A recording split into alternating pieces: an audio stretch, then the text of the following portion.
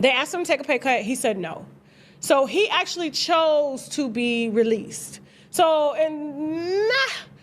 I would say he's not fired. He's choosing to leave. And so hopefully another team will pick him up. But the problem is, because of his contract, they wanted to cap it due to his age. He's 32 years old. Yeah, he came back and, played well this year. I'm not a football fan, but according to y'all, football fans and stuff like that, he actually had a great year to lead the team all the way up to the Super Bowl.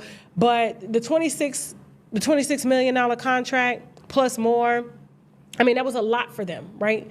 And so they're thinking, like, we're probably not going to get that same performance. And so I was told personally that a lot of players got cut, okay? So we're not just being biased against, like, Stephon Diggs and everything. Like, I don't have no reason to be biased against him anyway, but I'm just saying, like, that's kind of what happened. It was politics, and it was money. It was money. And so, and I think that was fair for the Patriots to say, hey, can you take a pay cut?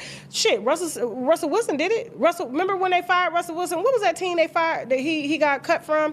And he was making like 40, 50 million, if I'm not mistaken. Seahawks. And then he went to the Eagles and got a $1 million contract? Who was it? Jasmine know football. I don't know.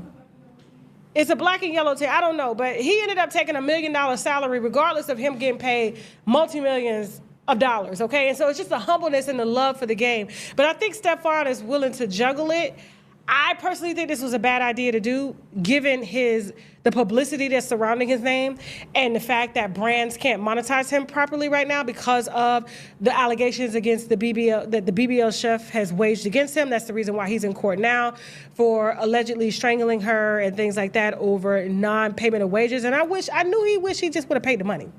Had you would have paid the money, it wouldn't be an issue. Then he has a defamation case. That came up, and I'm sure the Patriots legal team has read that too, and they consider all this stuff. And and I think too, it's to save face. You could put him back up there, but when it came to his friend Nigel Concierge, and I talked about this on the Morning Hustle with L'Oreal and them on the show, and I gave a detailed breakdown of his lawsuit that Nigel, his ex-college buddy, had filed against him, okay, stating that not only did Stephon defame him and say that I had his car stolen that I sent to him, which makes no sense, and the police deemed me innocent, saying that it was a high-profile car theft ring that was going on.